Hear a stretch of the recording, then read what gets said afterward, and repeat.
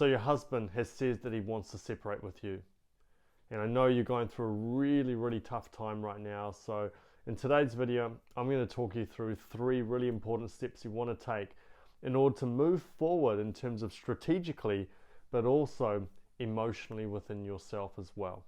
Now, before we dive in, I just want to let you know that, the pain that you're going through right now, I know it feels like it's going to be forever, but I promise you it's temporary. And the reason why it's temporary and the reason why I have confidence it's temporary is because I've seen women, so many women over the years, who've had to go through the sort of pain that you're going through right now, but have been able to come out of it. And I know right now that probably feels like a million miles away, but I promise you it's possible. People like Angie, Laurie, Monique, Sarah, all these incredible women that have made amazing shifts in their marriage and in themselves. It gives me a lot of hope. It gives me a lot of optimism that transformation is real. And not just optimism, but I know in my soul it's possible. So make sure you watch this entire video, apply the steps you need to apply, and I promise you things will start to move forward for you. And make sure you hit that subscribe button below and click on that bell notification as well, so every week you get access to my latest videos where I talk you through more about how to save your marriage, how to really heal from infidelity, and also how to really heal from within if you've been on the receiving end of some really difficult behaviors. Now, as I said before, dealing with a separation, when that bombshell is dropped on you, it is so painful on so many levels. It starts to throw up pain around, not only feelings of like not being good enough, but it feels like your whole world is just collapsing in front of you. You're not sure how to move forward. It really sends us into a deep black hole.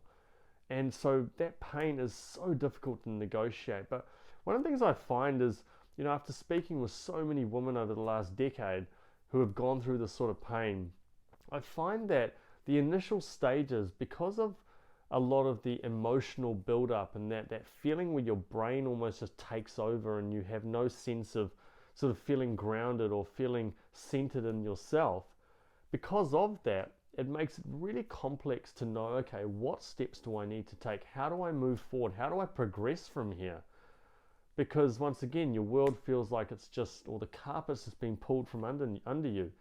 So, A, my heart goes out to you, but B, I want you to know that there is absolutely some ways to move forward. And, I was thinking about it the other day about, how can I shoot a video that is going to get to the fundamentals of how you can actually progress forward and maximize your chances of saving your marriage, but also from healing from within as well, because that is a crucial part of the process. If we only focus on the marriage and we don't work on ourselves, then eventually the marriage is going to flop anyway. I promise you that. But if we do work on ourselves and we continue to grow, then that's going to have the greatest impact on the marriage and also just the future of your life and those around you, because as we grow, we impact others. Now, I know it's frustrating because part of you might be sitting there going, but hang on, he's the one that's cheated on me, or he's the one that's wanted to have the separation. Why the hell do I have to do the work? We have to take care of our own inner world. It is plain and simple. If you want to grow your business, you've got to grow you. If you want to grow your health, you've got to grow you. If you want to grow your finances, you've got to grow you. If you want to grow your marriage or your personal life on some level, you've got to grow you.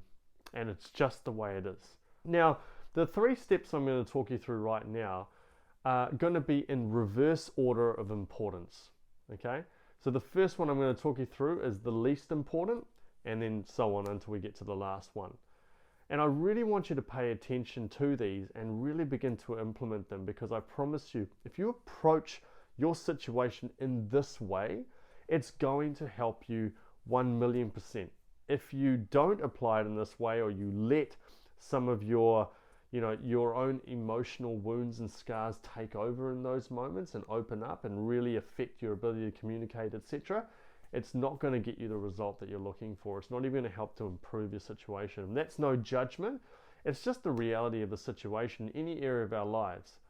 If we're in a very, very emotional state, if we're feeling down, if we're feeling depressed, etc., do we make great decisions? Not really. And that's coming from a guy who's had to deal with lots of depression over the years. But if we're in this really empowered state, it then changes everything. So the first point or step that I wanted to make is around execution. And what that means is what are the things that we need to do in terms of practically in order to be able to move forward. See, this is the first part of I guess creating a shift in terms of your circumstances, but it's the least important. But if you think about it, most people want to focus on that first, right? Like they focus on, how do I go about communicating with my husband? How can I go about getting him to come back to me? How can I get him to stop interacting with that other woman? How can I get him to make me more of a priority? And they start thinking about, okay, should I go no contact? Should I go and, really beg and plead? Should I make an effort to sort of really get to know him at a deeper level? And should I maybe say these kind of words, or should I compliment him, or should I make him feel really respected and unique and special and all of that stuff? And it's all very, very normal to do that. But once again, if you are in a difficult place emotionally, those strategies, those steps that you're taking in the execution phase is simply not going to have the same impact. Now, I think of it this way. If you are in a really beautiful, relaxed place and you start to have a conversation with someone and then they say something that triggers you, it won't have the same impact on you because you're in a better state. But if you're already feeling down and annoyed and angry in that moment, and that person says something that triggers you, it's going to increase those and exacerbate those wounds even more. So what's going to happen? Boom, you're going to fire back, he's going to fire back at you, and so on. And it becomes this sort of boxing match. And even if it's not, arguments or anything like that, it could just be that you guys shut down. He says something, you feel terrible, you might shut down, or you might say something and he shuts down. And that's how that dynamic tends to occur. So I get it, I understand why that's so important. But in order to actually make sure we use the right strategy, we've got to apply the next two steps or phases, if you like. The second is what we call the narrative in our mind. Now, in this situation, your husband said he wants to separate with you. Immediately, you're going to create a narrative in your mind about what this actually means in your life. Is it the end of my life? Is it going to bring up the worst pain possible, and is everything going to be ruined in terms of my family? Or is this an opportunity for you to grow? Is this the moment which is maybe just brought to light some of the challenges that you guys have been dealing with over the last 5, 10, 15, 20 years? Often I speak to clients and their husband might have said, look, I want a divorce, or I want a separation, or their husband may have been cheating. But they often come back to me after a while and they sit on things for a little bit and they go, you know what? I've actually taken some time to do a stock take, to look at things over the years. And the reality is there's been problems for a long, long time. Think of it like health, right?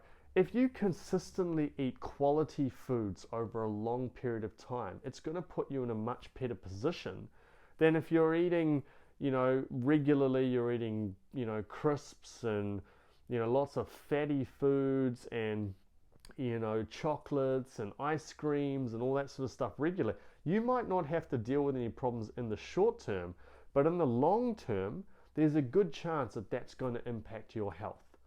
And it's the same thing with relationships, is we can often have problems that have been going on for a long time, but they don't quite rear their ugly head until maybe the kids have left home, or until that husband gets to a breaking point and goes, I can't take this anymore.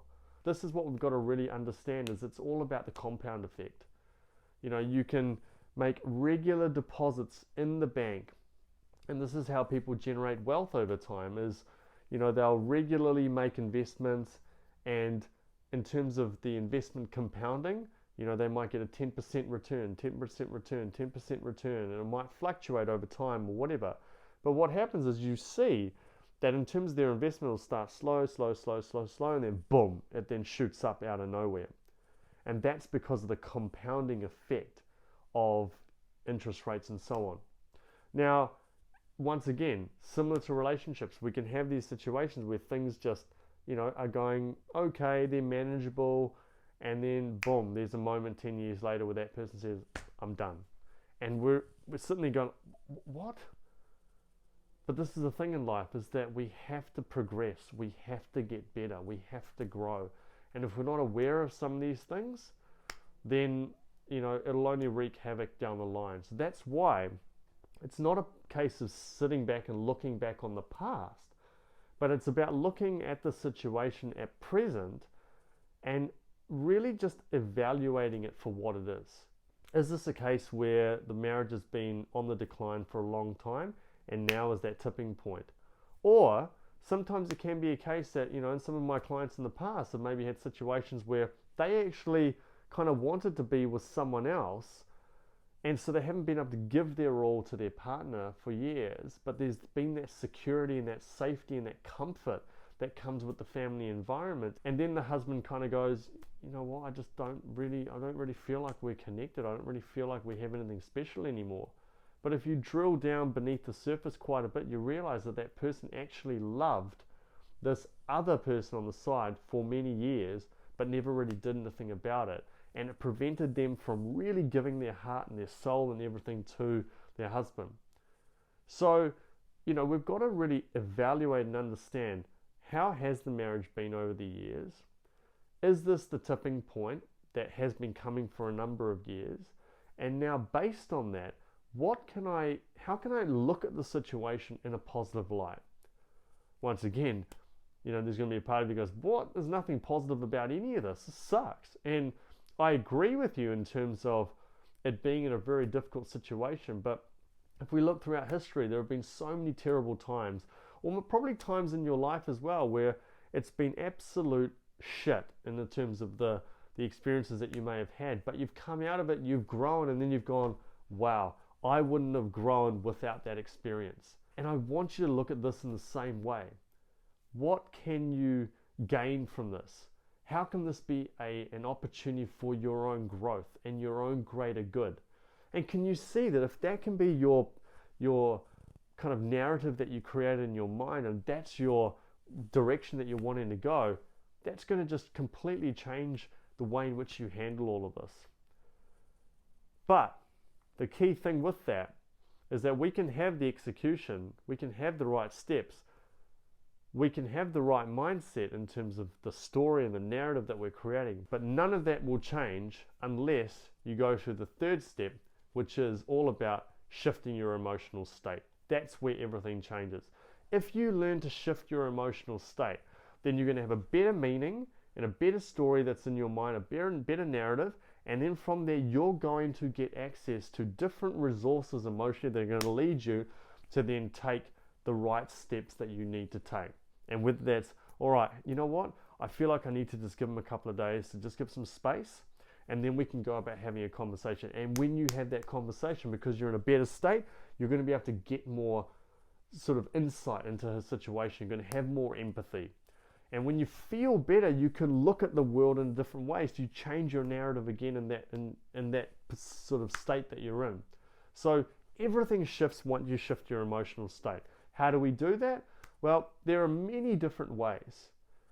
Many different ways. Sometimes it can be just listening to a particular song. That can shift your state. But I believe in taking a bit more of a conscious approach. So I always believe in taking, using breath work. So some of you may meditate.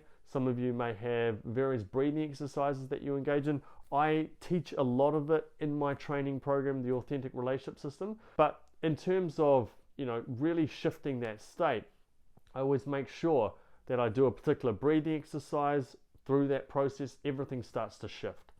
And then I do my meditation. Then I focus on everything that I'm grateful for. And I do a couple of other things in terms of physical activities that are going to really help to change my emotional state. Then I know I'm ready to tackle any challenge. So emotional state is absolutely everything. And when you shift that, everything else changes. Now I know sometimes it can be quite hard to work through that stuff. Sometimes we have deeper wounds that we've been dealing with for a long time. So if you're in a place where you're really needing to dive in a little bit deeper in order to shift some of those things, and also want to know some practical strategies to be able to move forward in terms of your situation, hopefully save your marriage, or worst case scenario, if it doesn't work out, that you're able to move forward, then I'd love to be of service to you through my Authentic Relationship System program. It's an incredible program. I know you're going to get so much out of it if you feel it's the right fit. If you're ready to go deep, this is the right thing for you. If you're not there, if you want some surface level stuff, that's cool. Just keep consuming some of these videos or other channels, and that will help you to move forward. But if you want to go deep and really create that healing, then what I'd encourage you to do is in the description section below, just click on that link which says book a call with me. Click on that link, choose that time, choose a time that works for you, and then I'll contact you at that scheduled time, just so I can learn a little bit more about your situation, kind of where you are now, where you want to get to. I know it's going to be a difficult place you're at right now, but I promise you, with the right tools, strategies, and the right approach to your emotional well-being, everything can shift. I promise you that. So once again, just click on that link, and I can't wait to speak to you. Thank you so much for watching this video. If you've liked it, make sure you hit that like button below. If you want to get more videos like this, hit that subscribe button. And do let me know a little bit more about your current situation, what you're struggling with, and I can make sure I give you a couple of pointers and tips as you're going through this difficult situation of yours. Or if you have any questions, or just write them below, and I'll make sure I respond to every single one of you. And if you want to learn how to stop emasculating your man, click this video above. And if you want to learn how to rebuild trust with your husband, click this video above. Thank you so much, and I'll talk to you in the next video.